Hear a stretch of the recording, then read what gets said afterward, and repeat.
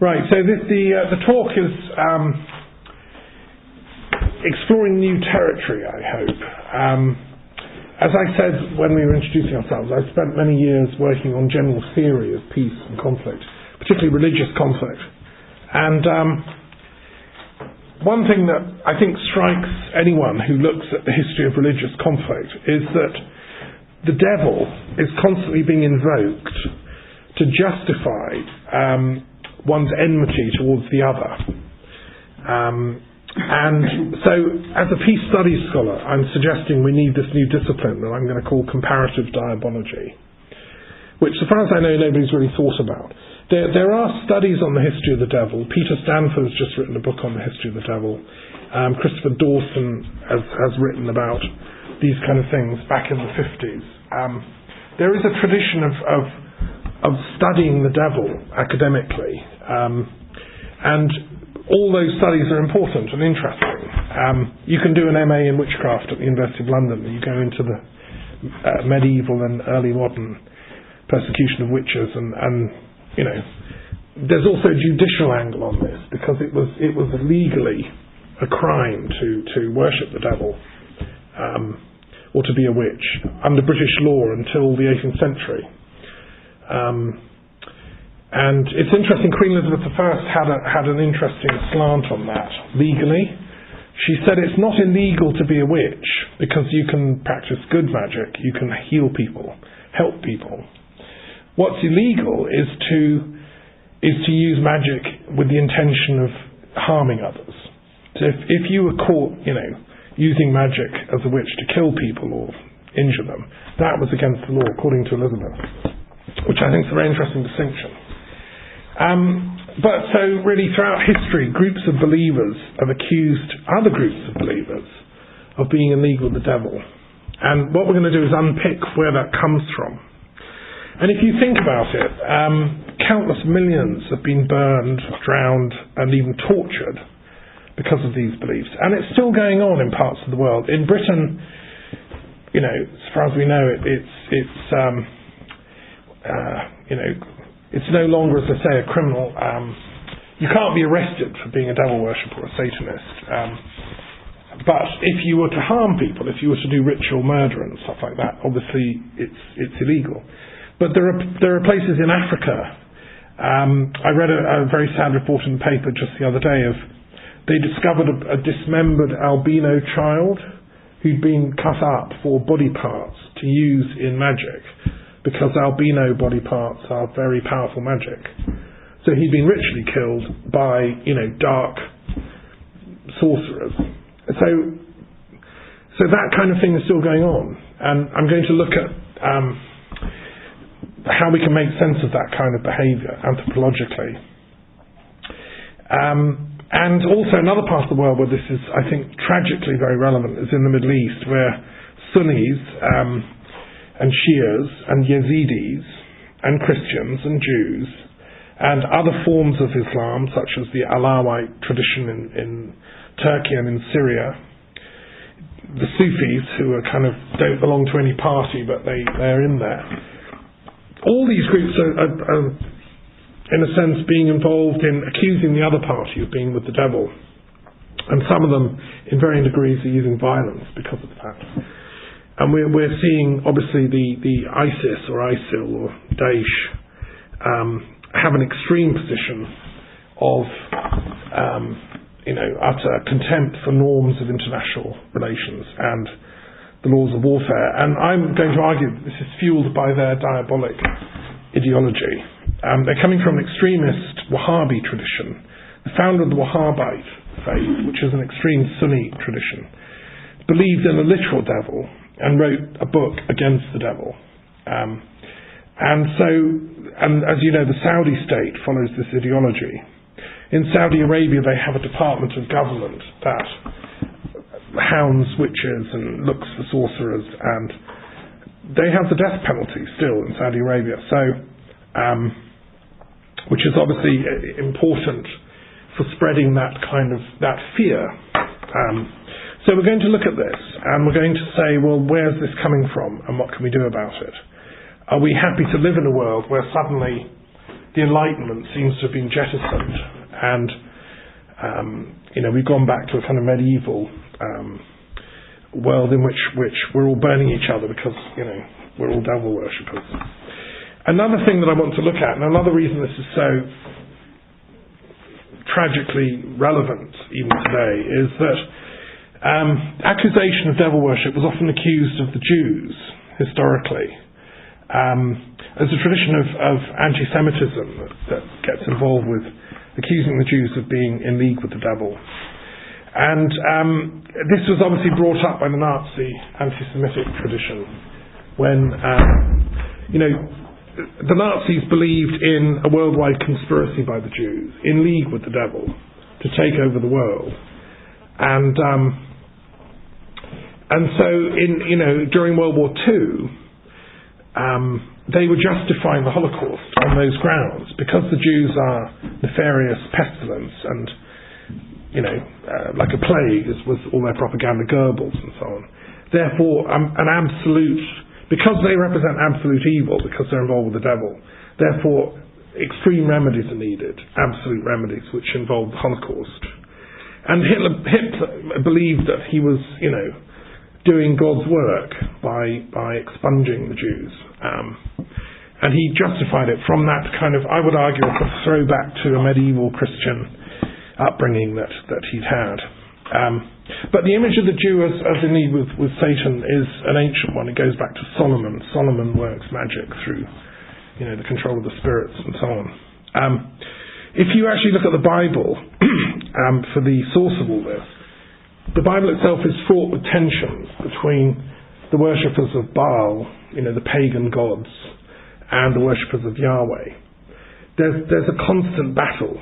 Solomon wavered on that one. Sometimes he liked to mingle with the pagans, especially if he married them.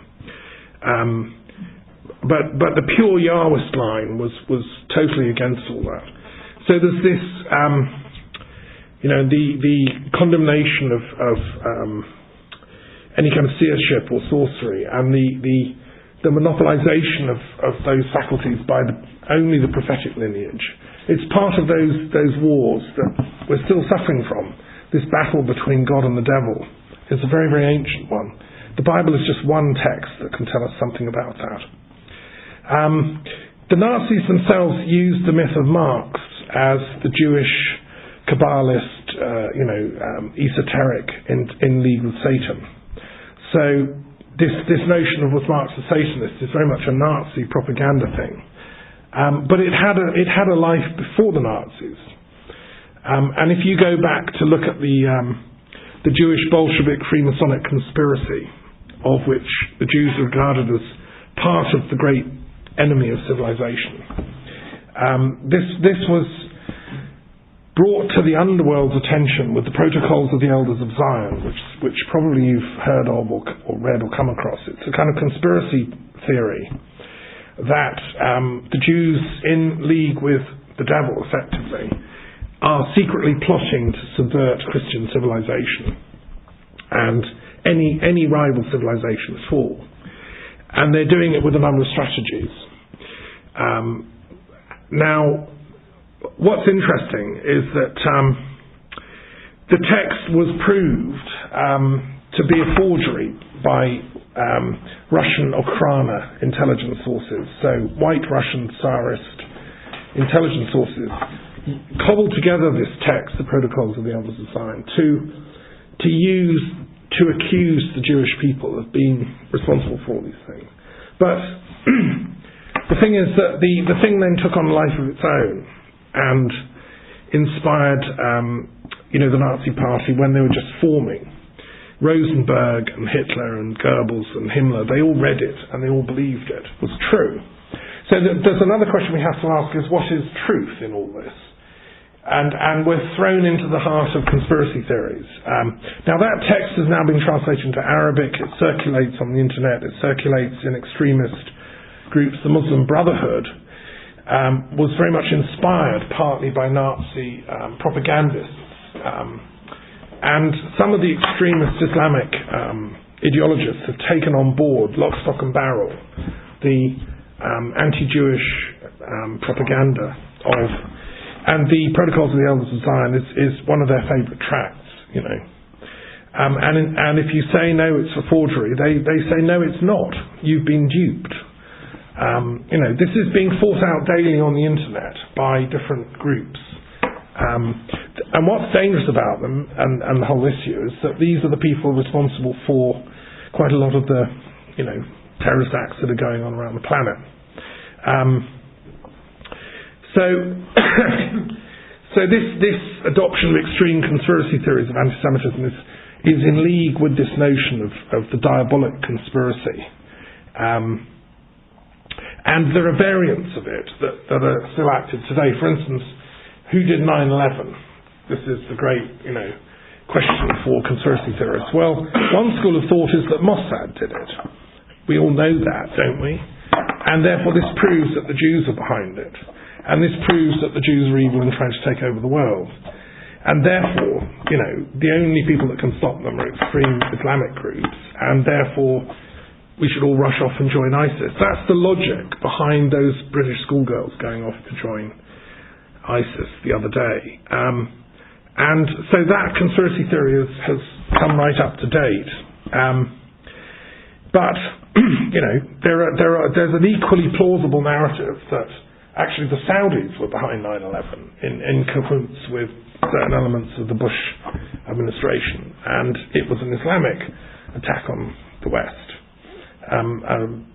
You know, I think one has to suspend judgment, but I'm very interested in scratching away at these things and seeing if one can find logical explanations for the conspiracy theorists. The devil has also been invoked by the churches. Historically, the Catholics and the Protestants have been at each other's throats, both regarding each other as the devil's party. And in my study of the origins of Marxism, which I've written a book about, on the esoteric origins of Marxism, there's interesting scratching away at the surface of 19th century and 18th century revolutionary movements. Now, there were a lot of links between esoteric Marxism and certain Freemasonic groups, like the Carbonari and other groups. This was traced in the masterly work by James Billington, who's the Librarian of Congress, who wrote about the origins of the revolutionary faith as a kind of quasi-religious group. And the idea of the cell, the communist cell, or the secret society. In the 18th century, these were Masonic-inspired groups with their secret passwords and handshakes, and a commitment to a new world order, a new ideology. And Marx himself, as we'll see in some detail later, was actually moving in those circles, although he didn't want to subscribe to their particular methodologies. He was the theorist who was going to find an explanation for, you know, the liberation of the masses. But anyway, the Catholic Church has always historically regarded Freemasons as being with the devil's party. So from a right-wing perspective, all these revolutionary movements are obviously diabolical in origin. And this explains the counter-reaction to the revolutionary movements and Metternich and the clamping down on these secret societies. And this goes right up to the history of the 20th century. I don't know who knows, not many people possibly know, but Franco and Mussolini and Hitler were all utterly opposed to Freemasons, and they proscribed them and persecuted them. Franco, as part of the Spanish Civil War, actually wrote several books against Freemasonry as the devil's work, and he actually put pen to paper on that. And his Republican enemy, who he'd rebelled against during the Spanish Civil War, the Prime Minister and a lot of the cabinet were actually Freemasons. Now, in Spanish historical culture, to be a Freemason meant you were a liberal, you were a freethinker, you were, a philosophe as opposed to a dogmatist. And so there's this clash in Spanish culture between the Freemasons and the Catholics. And it literally led to bodies on the street. You know, when the Republicans caught the priests, they would kill them and burn the churches. When Franco's army captured Republicans, they do the same. It was nasty. And the devil was constantly being invoked on both sides. I'm just saying as a historian that this is a factor in this, and we ought to study it. And interestingly, it's even part of Scottish myth. In the Scottish nationalist tradition, a man called Lewis Spence was one of the founders of the Scottish National Party. He was another conspiracy theorist who believed that, dark forces were behind World War I, and that the brave Scottish people should stand up against them. There's a new book come out called The Hidden History of World War I by Jerry Doherty and Jim McGregor, based partly on the writings of Quigley, an American conspiracy theorist, that there's this secret elite trying to take over the world, an Anglo-American elite, and that manipulates events, causes wars, and should be called to account. So the devil in this case is obviously the elite, but it's interesting, and living through the Scottish contemporary politics, it's been a bit sad to watch the polarisation of views on all sides. So let's step back. What have we got from all this? We've got a kind of demonisation of the other. We human beings seem to need enemies. Anthropologists can explain this. The battles go back a very long way. The battle between the Jews and the Hellenes goes right back to the time of the Maccabees and Alexander the Great's empire and the Jewish resistance towards Hellenization and the demonization of the Hellenistic gods as devils, and the one true God, Yahweh, will have no truck with them. This was a form of ideological and religious warfare on both sides. If you read Josephus and the tragic Jewish-Roman wars, it was brutal. They were slaughtering each other in the name of, the other guy is with the devil, basically. But it goes further back even also to the Zoroastrians and the Greek-Persian wars. Because as we'll see, the Zoroastrians unleashed this notion of the devil on history, is one of the things I'm going to argue. And they believed they were doing it in a just cause. Ahriman needs to be defeated by the forces of righteousness. And so, when the Zoroastrian Persian army was trying to conquer Greece, they were doing it because they thought they were fighting, evil Greeks. The Greeks, on the other hand, didn't really believe in a devil. They didn't have the same ideology. So, for them, a daimon was quite a good thing. It's what Socrates had. It was something that made you think. Anyway, to really do a comparative diabological study of history would be really interesting, to look at all these different nuances of oppositionality. And we need a deep history of all of this, is what I'm arguing. So, for example, when the Armada set sail in the 16th century, which wasn't that long ago really, not many people know it had torture equipment on board the ships. The Catholic priests, if they landed in heretical Protestant England and managed to defeat and capture Queen Elizabeth, who'd been excommunicated, and the bull is worth reading. If you read the bull against Queen Elizabeth I as a heretic, the language is diabolical. She is a heretic, she is a devil worshipper. Anyone has the right to capture, kill, destroy her, because they, it was a religious war. So they had the torture equipment on board the ships. So the Armada was part of that, if you want, occult battle. The same is true of the tragic English Civil War, which I've studied in some detail. Royalists and Protestants, and Puritans rather, I think really did see each other as being with the devil.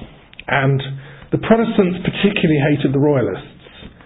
There's a very interesting book on the history of English witchcraft, which I've been reading, and the Puritans were issuing broadsheets all the time as part of their propaganda war against the Royalists, that the Royalists were in league with the devil, especially Royalist women. Okay, so when after the Battle of Naseby, what the Roundheads did was they went round and defaced all the corpses by slitting the noses of the women camp followers, because it was believed that their souls wouldn't be able to rise and walk and come after you. So, these kind of, and that was the time of the Witchfinder General, who was in the Puritan Fens country. And the Cromwellians really were trying to stamp out devil worship, which is why they abolished Christmas and all the sort of pagan customs that the royalists were quite conformed to. So it was, as I say, this war between good and evil was part of that English Civil War, tragically. If we look further back in time, going back to, say, philosophy in Greece, Platonic philosophy didn't really have a devil figure as such. And for Plato and the Platonic school, the real devil is ignorance. And really the devil is an anthropomorphic projection to explain this. The role that the devil kind of plays as a demiurge, as a fallen angel, actually as a creator in Plato, in the Timaeus. The absolute, the good, the one, devolves power to the demiurge to create this world that we know. But it's good. And this is taken up by Plotinus with this idea of emanations. From the one comes a series of emanations. That's how we all get to be here. But evil is a deprivation of reality. And the antidote is philosophy. The antidote is the love of wisdom. Egyptian religion had more of a dualism between Seth and Osiris, a light and dark god, and a kind of myth of resurrection, and quite similar. It's one of the sources of the Christian story of resurrection. But although Seth is wicked and kills Osiris and so on, in a strange way it's part of the life-death cycle to the Egyptian mind, and good wins in the end. I think it would be true to say that paganism generally doesn't really believe in a devil as such. If you look at Indian thought, you have Shiva having some of the characteristics of the devil, but not all of them, and Shiva is necessary to the great plan of creation, maintenance and destruction. It's seen as a trifold wheel. We all have to face death but Shiva is the god of transformation, the god of yoga. So when we die, we become transformed. It's not evil, death and aging. It's part of the deal of being alive, which then allows space for new life and then for reincarnation. So I think Indian philosophy does something quite mature with this. Chinese thought the same. Yin yang are in balance. It's not one is good, one is evil. They don't have this ethical dualism. They have a dialectical monism, if you want, which in a strange way, Marxism with dialectical materialism is conformable to. And I think that's why the Chinese mind liked dialectical materialism. And there are some interesting Chinese philosophers who reconciled Marxism with traditional Chinese thought. The ancient gods and goddesses were often called devils by the followers of revealed religions when they conquer them. So you've got to be aware of the pejorative use of this term, the devils. For instance, American Indian religions were regarded as devil worshipping by the conquistadors. And of course, human sacrifice is going on a major scale in Aztec culture, and some dark forces were involved. And so for the Catholic mind, it made sense that these people were worshipping devils, therefore they should be conquered. But somebody else pointed out that in the Inquisition, it's a kind of human sacrifice going on, the auto de fe. So the Roman Catholics, sort of holier than thou, looking at these poor people for doing human sacrifice, were actually doing the same, just against heretics and justifying it because it's against the devil. So it's in the same part of the world. And anthropologically, maybe we need to try and explain what human sacrifice is about. And that's a real interesting and big topic. The Celts and the Druids were regarded as devil worshippers by the Romans and accused of human sacrifice. But there's actually very little evidence that they practiced it. Any more than any tribe, which I think I would be right in saying anthropologically, every single tribe on the planet at a very early stage of its evolution used to practice in extremis human sacrifice. But the Romans used it as propaganda to justify the conquest of these islands and Gaul. And of course you demonize the other by saying, well, they're barbarians, they do human sacrifice. And the joke is, of course, the Romans did it with Vestal virgins on occasion. The Greeks did it when they set sail for Troy. So I think, put this stuff in inverted commas and let's look at it phenomenologically.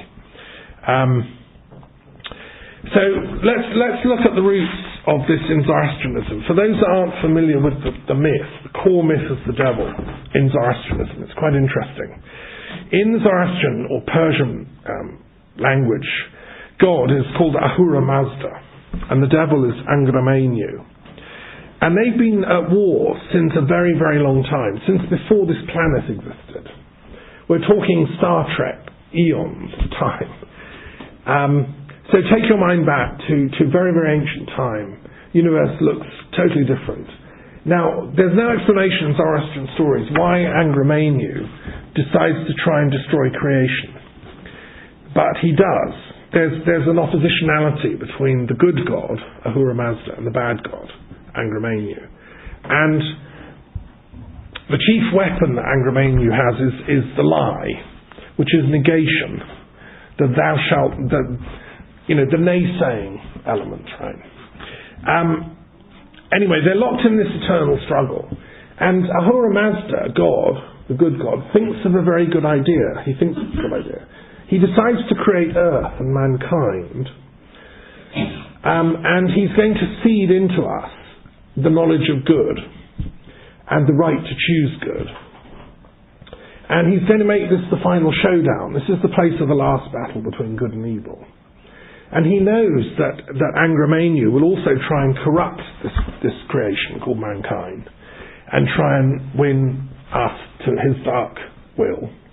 And therefore, in a sense, it becomes the battleground, the locus between absolute good and absolute evil. In order to help us choose right, because he's given us free will, we can choose either.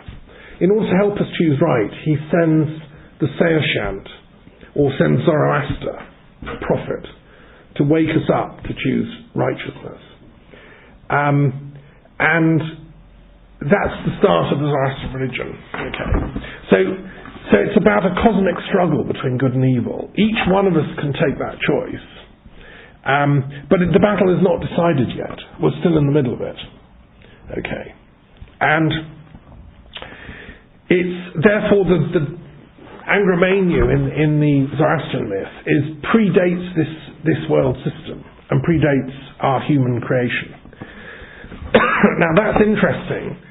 If we have time to get onto it, I'm going to look at how comparative diabology has to look at certain ufology theories, because that theory has now migrated into UFO theories about evil and good was created before this planet. And there's lots of stuff on the internet you can watch, conspiracy theory stuff about the seeding of human beings. And I would say that the devil takes form in popular culture as the nasty alien, like in movies like Independence Day and The Alien and all that kind of thing. If you saw a devil now, it looked like a kind of UFO monster thing. And the Zoroastrians were already onto that one a very long time ago. Now, what's interesting is that the whole idea behind Christianity, Christ as the Saviour, goes back to that same Zoroastrian myth. The Saoshant, which is the Persian word for Christ. Christ simply means Saviour, Messiah, is therefore the one that leads mankind to victory against the devil. And that's why Christ's oppositionality to the devil is embedded in the Gospels. He's always at war with the devil, being tempted, triumphing over, and even, in the crucifixion, appearing to lose, but then winning through the resurrection. He's playing a cosmic game for mankind's redemption, just as the Saoshant would. And it's interesting in the Gospels, 3 Magi from the east come. Magi is the name for Persian priests or Zoroastrian priests. So there's a very strong Zoroastrian element within the Christian story. And obviously the devil has always been a real force in Christianity with exorcism and possession. Now I've brought along a cutting. The Church of England's reviewing its baptismal formula at the moment. and they're thinking of taking the devil out of it. Because at the moment, when you get baptized, you have to eschew the devil and all his works. But now they're saying maybe that's a bit tough, and just, don't be nasty, something like that. And there's a lot of debate going on in the church. It's quite interesting. Okay, so, and also, if we were going to look in depth, if we're going to take this notion of comparative diabology in depth and look at the Christian perspective on that, we'd have to look at the notion of the Antichrist. If Christ is the Messiah, the Satanist who's going to save mankind, why would there be a force opposing that? Well, it's diabolic. So the Antichrist is anti-Messiah. Well, why? Why would any kind of rational or good person or spirit be against that? Well, the psychologist Bion had some theories about this, that every new transformational insight is a kind of messianic insight which disrupts a stasis, and therefore the stasis will always rebel the Messiah, and what it's about is intergenerational change. So Christ was a youngster trying to rock the boat. The Jews, of course, are still waiting for the Satanist. They're still, and Jewish understanding of the devil is in the Torah, the Old Testament, obviously in Genesis. The Messiah of the Jews sometimes occurs. Some Jews take on the role. Shabbatai Zivi was one, and I'm going to contend that maybe Marx, in his own way, was trying to establish a messianic ideology that he thought would functionally perform as the Messiah. In my study of Marxism and esotericism, I looked at the influence of the Kabbalah, particularly Isaac Luria, on Marx's thought. Now, Isaac Luria is someone who was the most important Jewish thinker, perhaps, in that whole early modern period. And he talks about the need to redeem suffering, to redeem the fallen world that we live in, through prayer and through knowledge and through good works. I argue that Marx's understanding that unless society redeems its poorest members, the absolute, forgotten, homeless, poor, and until they're taken care of, we won't get peace on earth. We won't get a sort of civilized society. I think Marx was inspired by, and I think there's a Christian streak in Marx as well, which is similar, because Christ had the same idea that we have to look after the poor. We have to take care of all those that are excluded and marginalized. So there's an element of that in Jewish esotericism. And if you look at the role of the devil in Islam, it's very interesting. In some early modern medieval sources, some Christians and Jews accused Muhammad and radical Islam as drawing on satanic powers. When you look at the extreme work of groups like Daesh and Al-Qaeda, it's not doing anything to take away that notion. But ironically, they're doing it because they believe the others are the devil. From a Shia perspective, Khomeini called the USA the Great Satan, and we're the Little Satan. Okay. There is another attitude to the devil in Islamic philosophy, which is, I think, more intelligent in esoteric and Sufi thought, in the Bektashi and Ismaili circles. There's a more Gnostic understanding that the devil, Iblis, in Islam, is actually, strangely enough, quite a pious chap. And this is the position of the Yazidis, who are an extreme, sort of very proto-Islamic, Zoroastrianizing type of group, who've been persecuted in Iraq. The Yazidi position is very interesting. They say that, you see, in the Quran, in traditional Orthodox Islam,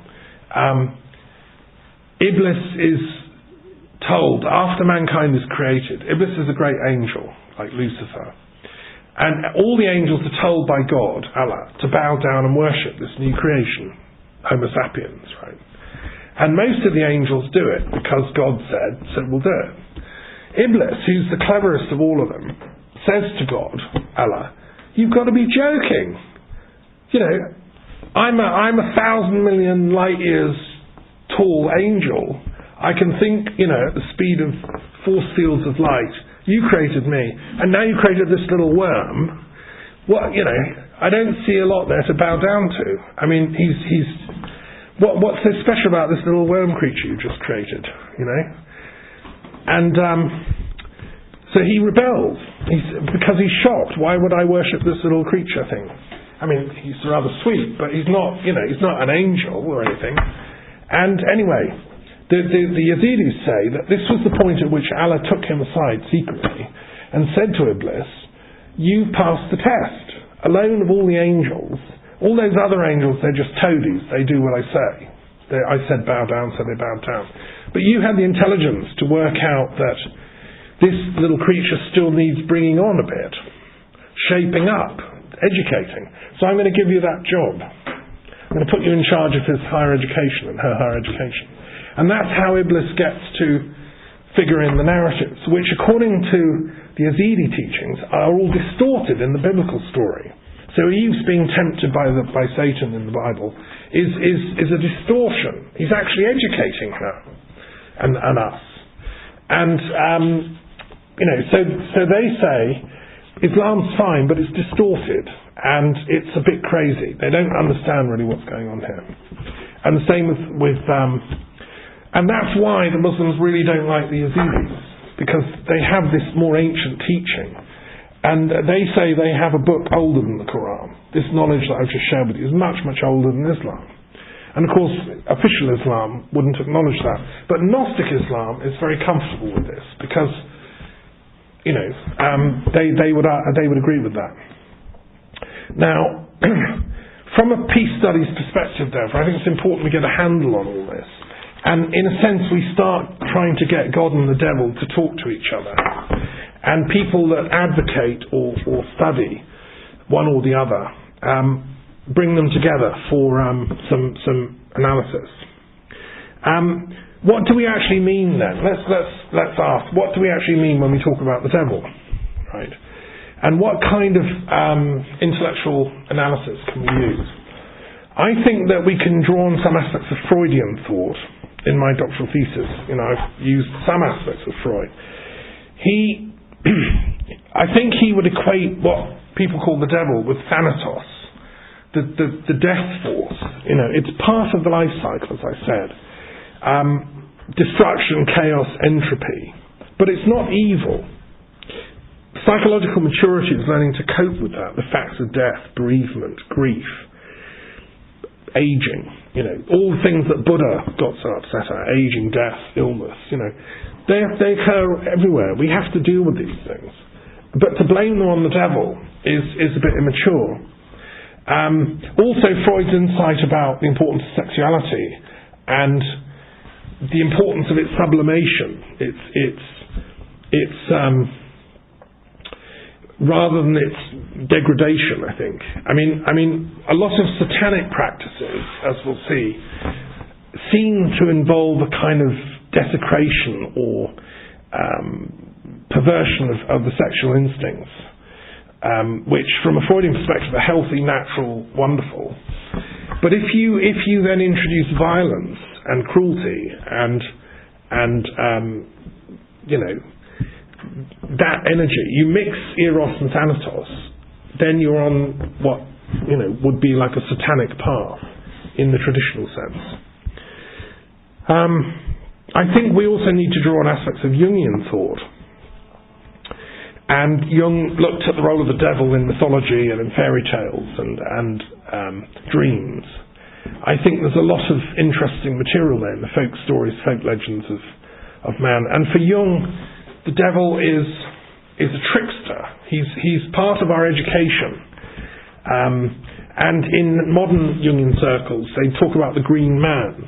This is the force of nature, who is part of our own, life force, if you want, and only becomes, under what circumstances does that become blocked or frustrated or turn bad? That would be, the Jungian perspective would be to take that energy and then transform it into the correct way. In my own doctoral thesis, I looked at transpersonal psychology, and I think that transpersonal psychology looks at the history of consciousness. So what you'd say is, if you wanted to look at comparative diabology, you'd say that we have here, in human history, we've been tormented by this dualistic notion of God versus the devil, and we're still playing this game out. Marxism was one attempt to, in a sense, to make a more scientific thesis of that oppositionality. If you say that reality is all down to class warfare, the problem with that theory is that you're demonizing. The classes are still locked into this demonic struggle, and we've seen the consequences of Stalinism and Pol Pot and Maoism and so on. If you demonize one class, you're getting a one-sided view of history. I think we also need to draw on philosophy to try and construct a comparative diabology. I was influenced by linguistic philosophy. One strategy I'd recommend is to do a word study of the devil in all faiths and languages. I've kind of done something like that, but it'd be interesting to do it with other philosophers. Because they have subtle nuances. Satan means the enemy. Lucifer means the light bringer. The devil comes from diabolos, which means the one who throws a cross, who gets in the way, blocks you. And each of them have their own meanings. And Angramenu in Persian and Mara in Indian thought and so on. And then you can look at the etymology of those terms linguistically and try and understand what they actually mean. I think philosophically, one also has to look at the Nietzschean insight that Dionysus is a necessary part of existence. You can't suppress that wild streak in human nature. And the Nietzschean insight that the life force is to be celebrated is part of the whole rise of neo-paganism in European thought, which I think is not necessarily a bad thing. But most neo-pagans, as I say, don't embrace an actual devil figure at all. From an existentialist philosophical perspective, you could argue that there's a kind of war between being and nothingness, as Sartre said. The devil is the nothingness that always negates. But Buddha's insight and Eastern thought says the nothingness is fine. Cope with it. Because that's the dark side of God. That's the hidden face of God. In medieval mysticism, you went into the dark night of the soul.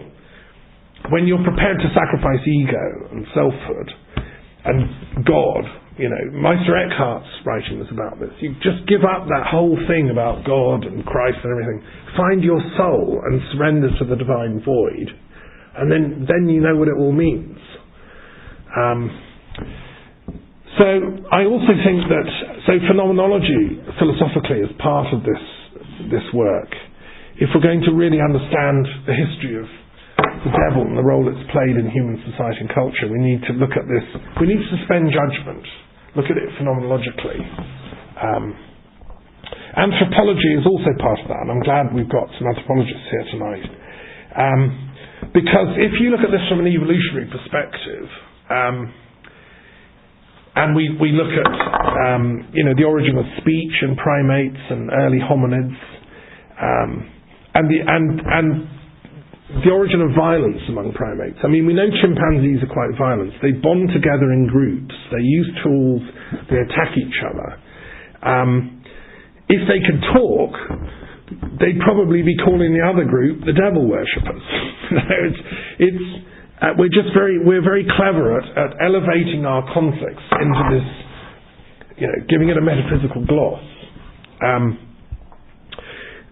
The question of the origin of sacrifice is interesting. There are some theories about the origin of sacrifice that It's the way the tribe ensures survival by putting out something it doesn't need, an animal or an old person, or sacrificing a human to the wild animals that are prowling and going to get us.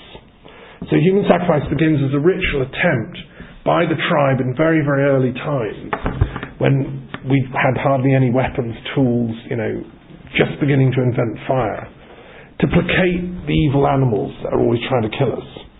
That's a theory of the origin of sacrifice that goes back into early anthropological evidence. And if you look at the evolution of prehistoric religion as well, there might be something to all that. But I would also want to talk about a transpersonal anthropology. I'm one of those irritating people like Ken Wilber that wants to talk about the evolution of consciousness as well as physical evolution. So at what point does the soul incarnate into the human evolutionary story? I'll just leave that question hanging there. One anthropologist that looked at the devil is Ernst Gellner, who I once heard give a seminar, who wrote a detailed study of the nature of the devil, looked at anthropologically. Other anthropologists have looked at witchcraft and modern neo-pagan groups, and also Satanism, as a kind of special distorted version, paradoxically, of Christianity. Modern Satanism is practiced in the West, and as it was in early medieval times and early modern times, seems to have been a kind of a thing that some rogue ex-Christians used to do, because you've got to believe in Satan to worship him. So they would do things like they'd say the Lord's Prayer backwards. They'd do the rituals of the official church, but then corrupt them. So it's a sort of strange, perverse form of pseudo-Christianity in a sense. So some anthropologists have looked at all this. That brings us to the question then: if that stuff was going on in the 19th century, was Karl Marx part of it? Was he actually a member of a kind of satanic cult? There were such things in the 19th century. It was a time of decadence, and in Paris and elsewhere there were groups that were dressing up in funny clothes and pretending to be Satanists.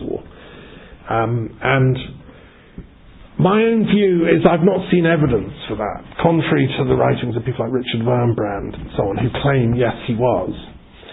I'm going to argue slightly differently. I'm going to say he was part of the 19th century general romantic underground, which had an occultist wing.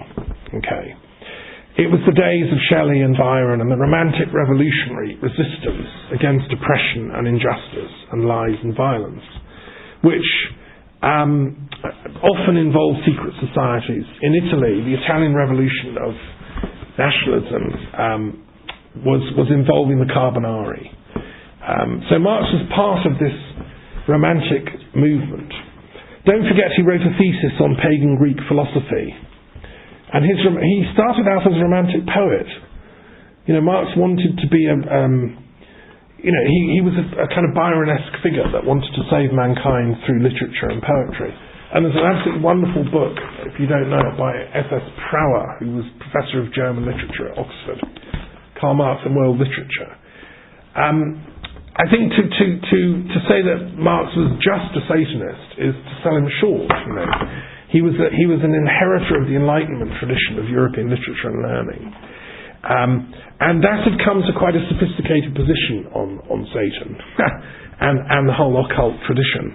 He was part of a group or movement of esoteric thinkers, names that may or may not be familiar to you. Nicolas Bonneville in Paris was a Mason and an intellectual freethinker, very close friend of Thomas Paine, who visited Paris and stayed with him. Bonneville was also very interested in ancient religions, Druidry and things like this. He supported a non-violent revolution in European society. Bonneville didn't agree with the terror and Robespierre and the excesses of revolution, but he wanted a philosophical restoration of ancient wisdom. A lot of these underground revolutionaries took Pythagoras as their model. They believed it was possible to transform society for the better, and communism was part of that Pythagorean model. So you lived in more egalitarian ways, having renounced materialism and ownership and possession. Another was Buonarroti, who was related to Michelangelo and lived in Italy. He was, again, an occultic revolutionary, actually partly responsible for the creation of Belgium in 1830, secretly behind the strings. James Fasey was another of this tradition of occultic romantic revolutionaries. He helped create modern Switzerland. He was a friend of Lafayette, who was another Freemason. Moses Hess, who directly introduced Engels and Marx, was another Freemason and a visionary thinker who wanted to reconcile Hegel's ideas with the progressive unfolding of history. History has to get better because it's taken the wrong turning. People are suffering. Don't forget the 19th century, there was no social benefits. There was just poverty on the streets, in your face, people dying at a very young age, diseases, tuberculosis haunting the slums, etc. It was a time of no compromise. You were either trying to change all that, or you were just ignoring it. And this lot were out to change it. So Buonarroti and Saint-Simon and Proudhon were also social reformers, involved with this esoteric approach. They thought that society won't be changed until we challenge and transform its prevailing myths. If you take exoteric religions, then we humans can't really do anything. It's all up to God. God will do it in his good time. Meanwhile, there's inequality, suffering. That must be God's plan, so we'll just accept it and get on with things. They said, no, we've got to change all that. So Saint-Simon wrote this book saying we need a new kind of Christianity. The Church of Sacraments are just symbolic. What we have to do is actualize them. So instead of giving out bits of bread and wine and saying, well, we're all the body and blood of Christ now, we're all happy together, is actually take that for real. Let's actually be like an eternal brotherhood and sisterhood. Let's actually be that living Christ together as a community. That was what Saint-Simon said. Let's have a new Christianity where the fables and the myths become actualized. That's what Feuerbach said in the same way. And that's where Marx started. He said, okay, if we're going to do that, then, well, what has to change? Something has to change. He also moved in circles involving other figures. Bakunin, who was his rival, but his kind of... Bakunin coined the word Marxist pejoratively. The followers of that silly man with a beard, they're all just Marxists. And Marx coined the phrase anarchist for Bakunin followers. They're just anarchists. They just follow nothing. But actually they were like brothers. And Bakunin was, he was not afraid to say that the philosopher has to work with Satan these days if you want to get anywhere, because that's the revolutionary commitment it takes. Because they felt that by challenging God, Satan had proved the arch rebel, right, in the beginning myth. Okay. Now there's nothing in Marx's writings that goes along with that. What he says is the patron saint of philosophers is Prometheus. Now Prometheus, as you probably know from your Greek myths, is the one that challenges Zeus for basically not allowing mankind enough knowledge. Prometheus gets fire, and Prometheus has, interesting enough, a secret love affair with Athena. This is often not known. I discovered this when I was in Athens at the World Congress of Philosophy. So Prometheus is working away for mankind. He's a titan. And I would argue, if you go back into Bronze Age Greek and Phoenician and early Hebrew, comparative mythology and archaeology, I reckon the Prometheus story and the Lucifer story go back to a common source. So when Marx is saying Prometheus is the patron saint of philosophers, and Bakunin is saying Satan is the ancestor of all true revolutionaries, I think they're actually kind of saying the same thing. But other interesting people floating around Paris when Marx was there was Eliphas Levi, who was an occultist, Abbé Constant, a kind of Catholic mystic Kabbalist who looked at the tarot, and influenced Aleister Crowley. And also Flora Tristan, who was from Peru, who coined the word, women of the world unite, you have nothing to lose but your chains, which Marx pinched. A lot of his ideas are pinched from other thinkers, You can see him in a cafe in Paris overhearing Flora, and she was a very close friend of Eliphas Levi. So these are occultic revolutionaries that Marx was just picking up through the pores of his skin. But I don't think he ever systematically studied them. I don't think Marx was an occultist, as it were, not in the same way that Crowley or someone was. But he was influenced by the thought movements there. I think also that for Marx, if he was sitting here and we were challenging him, you were Satanist, matey, he'd say, on the contrary, I was trying to advance mankind to knowledge. I was an Enlightenment thinker. And I think what Marx would say is that I'm sure he wouldn't believe in an actual God or Satan figure as a reality. He'd say these are psychological projections. The real Satan behind history is capital, Marx would say. That was the whole point of his work. That's why he spent years locked up in the British Museum. He felt that the way the system, the economic system works, the capitalist system works, prevents people fully manifesting their potential. Some people have too much capital, and some people, an awful lot of people, don't have very much at all. The figures, are quite shocking on the planet even now.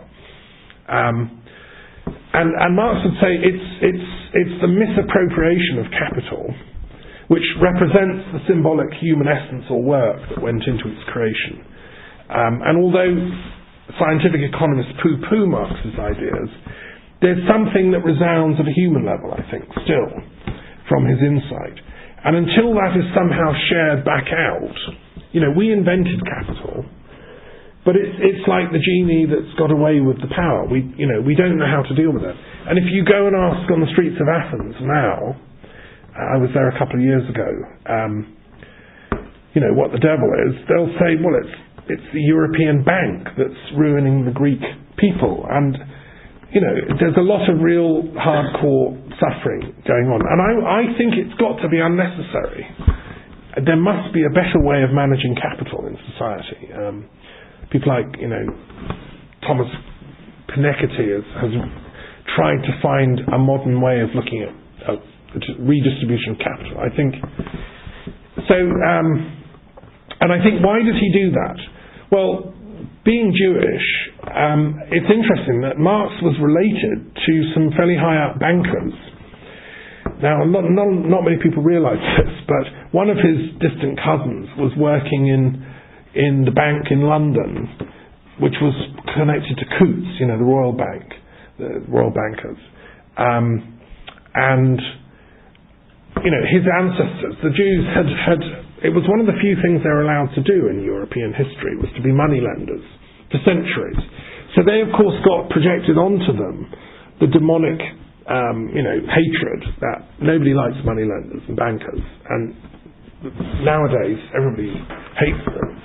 But so I think what Marx was trying to do by looking at capital and saying, how can we redeem this? He's trying to redeem his own people as well. So if we kind of psychoanalyze Marx, there's a self-hatred there. People accuse him almost of being anti-Semitic. He really didn't like the fact that he was Jewish. And he was trying to, because of what historically the Jews had been forced to do, to be the bankers, the moneylenders everyone hated. So he was, I think, trying to look for personal redemption from this conscious or unconscious self-hatred. And indirectly, therefore, helping to save mankind. But this was an obsession for him. In reality, he neglected his earning a living. He neglected looking after his family, his children. He wasn't a particularly good father or husband. He was just obsessed with this thing, which is, I think, a lopsidedness. And we all know people that have that. And I think he was able to project onto his mission of trying to resolve personal guilt, because he was working on collective guilt redemption. So, what he did didn't matter because he was trying to save the planet, which I think is always the argument of false messiahs. It was used by Stalin and Mao. Stalin was horrendous to his family and ruthless to his friends and horrendous, but he justified it all because in the name of the revolution, in the name of Marxism. Mao was the same, a horrendous person, violent, actually a criminal. If you read the biography about Mao and you go into his immediate life story, he declared war on ethics at quite a young age as a thinker. But he justified all his cruelties by he's doing it for mankind, for planetary redemption. So I think, in a sense, that's where, the diabolic gets into history. And if you look at the horrors of Stalinism or Maoism, there's this, justification of evil because it's in a good cause, which I think is a false argument. There's a very important book called The Black Book of Communism, which if you haven't seen it, you should be aware of, which is what happens when Marxism goes wrong and comes into power. From shaky beginnings, you get the killing fields of Cambodia and stuff. But I don't think we have to invoke Satanism to explain it, except in the way that I've been talking about. I think that he was part of that romantic occultist epoch, and it was a kind of revolutionary, progressive thing in his day. But anyway, it's very interesting. So look, I think we'll pause there and maybe have a few